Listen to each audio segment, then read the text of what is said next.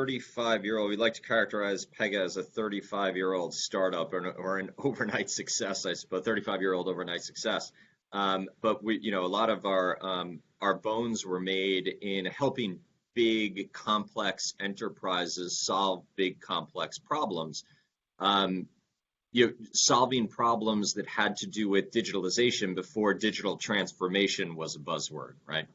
And a lot of that started in the what was coined as the business process management space, dealing with automation and moving work through systems, through people, through applications, predominantly in back and middle office types of use cases, faster and more efficiently.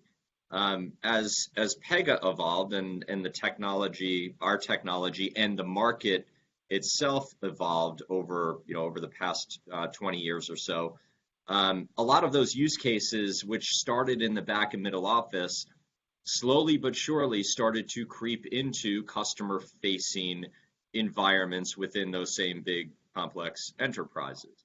So in a way, all of those transformational types of problems that have been solved, have been being solved for years and years and years and years, we're really a path toward what the market and the world now understands to be CRM.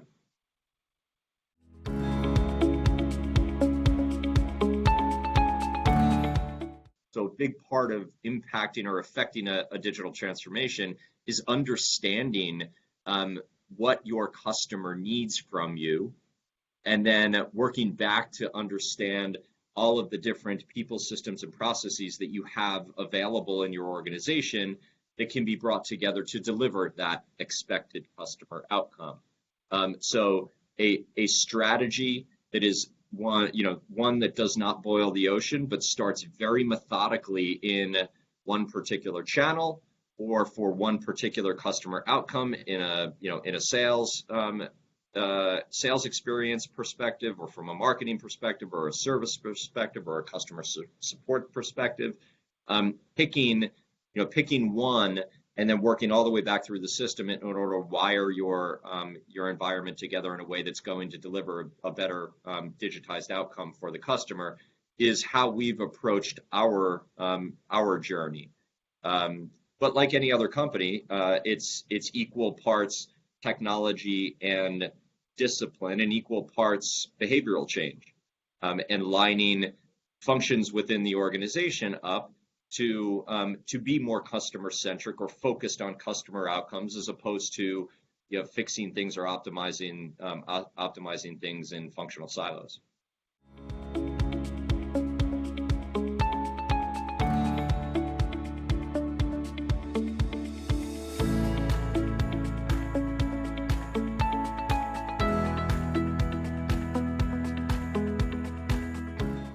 So when we talk to our customers about digital transformation, we try to keep it fairly simple, or that vision fairly simple.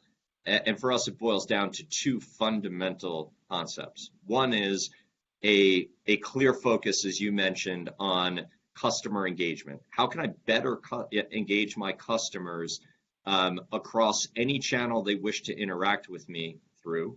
And do that in a way that is increasingly personalized and contextually relevant.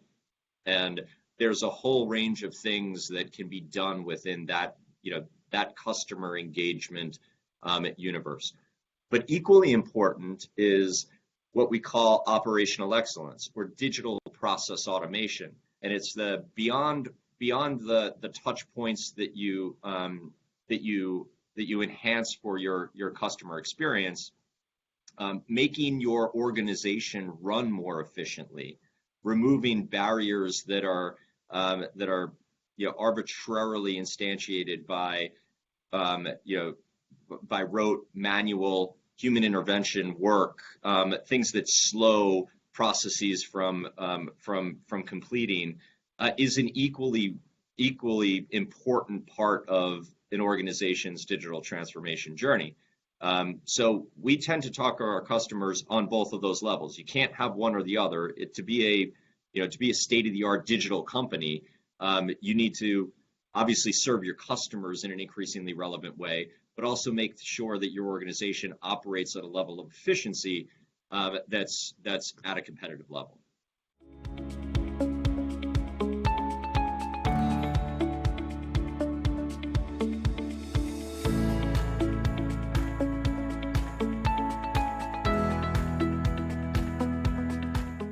Yeah, that's it's something that's near and dear to my heart because we are a B2B company and have gone through this journey ourselves. We see it all over the place. Particularly when you look at B2B marketing operations, they tend to be on the lagging side of this sort of digital curve. And that's not to say that they're not, they haven't built digital marketing capabilities as an example. But many companies that we find in the B2B space are still mired in what you would call segment or campaign driven marketing experiences. And they factor their budgets, their organizational design, their tooling against segment-based marketing approaches. And like you said, customers are people that are consumers and customers of vendors all over the place and at all points in time, and have expectations that vendors that they interact with, even in a B2B setting, are going to deliver that level of one-to-one contextuality and personalization that they'll get in online from any other B2C brand. So we like to say that segment marketing is dead, and that B2B marketers must move to a one-to-one marketing methodology in order to remain viable.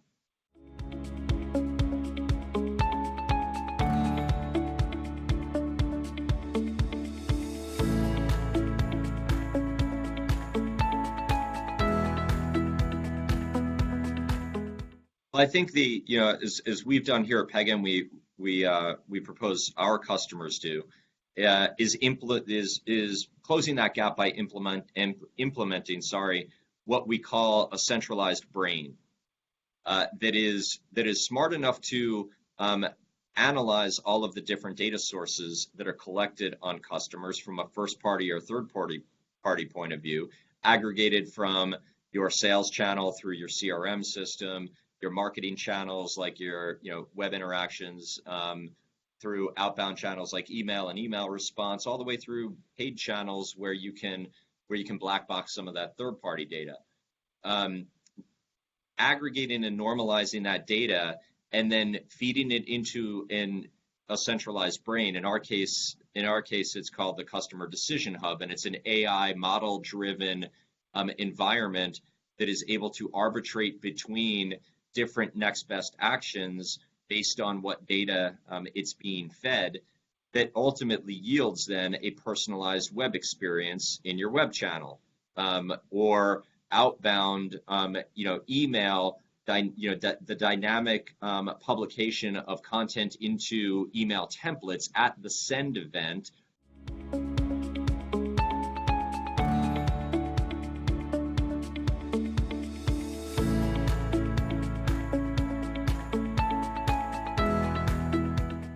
Yeah, it is a good question. It's one that I'm often asked. I think from my perspective, the role of the CMO has very quickly converged with other roles, other traditional roles in an organization, like the CTO or the CIO, or as the customer-facing aspect of the marketing department moves more and more closely into the field, certainly in a B2B environment, where that alignment with a sales organization is critical.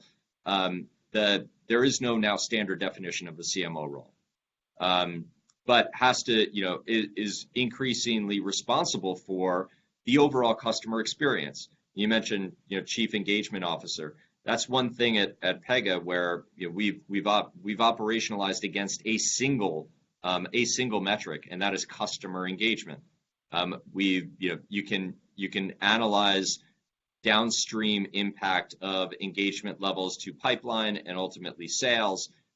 So, factoring everything that you do based on how well, at what breadth, and at what depth you're engaging your customer base is, I think, a very simple way to, to then think about how you plan your activities, how you resource your organization, what types of technologies you need to use to increase that breadth and depth of engagement, with a customer base. So that role transcends lots of other sort of traditional departments in an organization. I fundamentally believe that the CMO has to be, if not, a deep technologist, at least at a level of technological depth these days, in order to succeed, as the tool sets and the ways in which we're leveraging and counting on data assets and channels that are inherently digital these days. There's a pretty strong technical requirement to the role these days.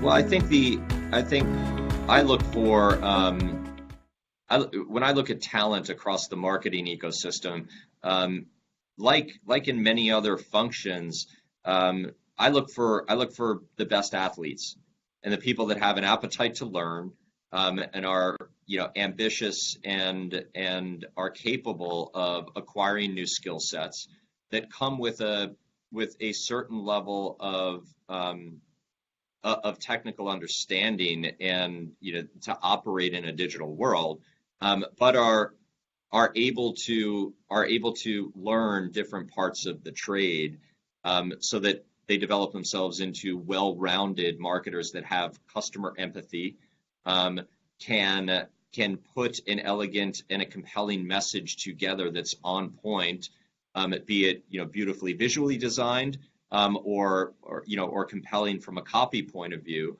and then know how to execute or how to get that message and that those assets in front of the right audience through everything we've discussed previously.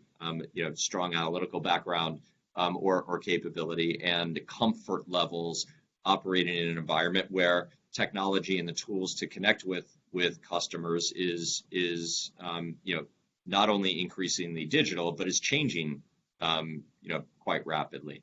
So I look for that well-roundedness, and in baseline levels of analytical capability, creative thinking, and the hunger to learn.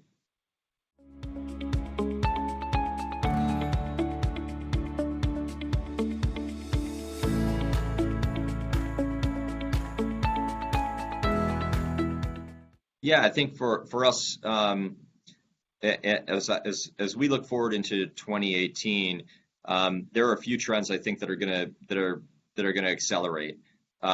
Artificial intelligence is not just a hype cycle term. The practical and pragmatic use cases of AI, particularly pointed at the customer experience segment, is absolutely going to hit full stride in 2018. We not only believe that, we're banking on it. We consider ourselves a pioneer in the AI space, particularly for customer engagement. We're seeing organizations achieve unbelievable levels of accretive value by implementing smart analytics into their customer experience channels. That trend will be a big one into 2018. A second trend that is probably equally as hot is robotic automation, and software robotics in this context. So using robotics to remove rote work in various business processes is, again, back to our second definitional pillar of digital transformation, simply about getting work done faster, and using robotics to do that effectively within an organization. Again, remove those rote manual tasks, or use robots to integrate with legacy systems that don't have published web services APIs, and it would be really, really difficult to to integrate with your customer or with your business processes, smart ways of using robotics, organizations can yield tremendous efficiency gains as a result of that. So robotics is going to continue to be hot into 2018 as well. And lastly, I think we run the risk that this whole customer engagement space is going to become an overused term and watered down. I think we'll see the definition of customer engagement change a bit from that sort of brand to customer out engagement to a more empathetic approach to engaging customers on their own time, in their own way, at their own desired pace, but having that contextuality built into those engagement channels in order to capture those moments of need and deliver them. So we talk about empathetic customer engagement as a new trend that I think we're gonna see hit stride in 2018.